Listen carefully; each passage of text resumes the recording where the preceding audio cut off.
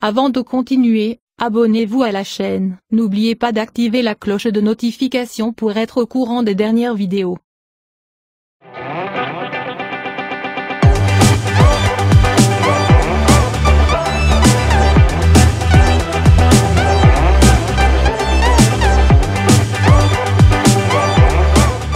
États-Unis, la mort d'un rappeur qui voulait montrer comment guérir le sida. Hier le rappeur Nipsey Hussle est mort à la suite d'une fusillade aux alentours de sa boutique. Si au premier abord il s'agirait d'un règlement de compte de gang américain, il y a une autre thèse qui fait surface, celle de l'assassinat commandité. Nipsey Hussle était un patient et adepte du Dr Sebi et de ses pratiques. Dr Sebi était une sorte de tradipraticien hondurien, qui soignait de nombreuses maladies, à l'aide d'herbes et de régimes bio, entre autres l'asthme, le diabète, et surtout le sida. Il est évident qu'un homme comme ça ne peut être l'ami des pharmaciens. Plusieurs procès ont été intentés contre lui. Le plus important, en 1988, il est demandé de prouver qu'il soigne le sida avec seulement 3 patients. Il en a envoyé 77, et a gagné le procès, mais ceci est passé inaperçu. Il avait de nombreuses stars pour patientes, Michael Jackson, Eddie Murphy, Steven Seagal. Il est mort dans des circonstances bizarres en 2016. Ces dernières semaines le rappeur Nipsey Hussle avait annoncé qu'il était en train de produire un documentaire sur le Dr Sebi,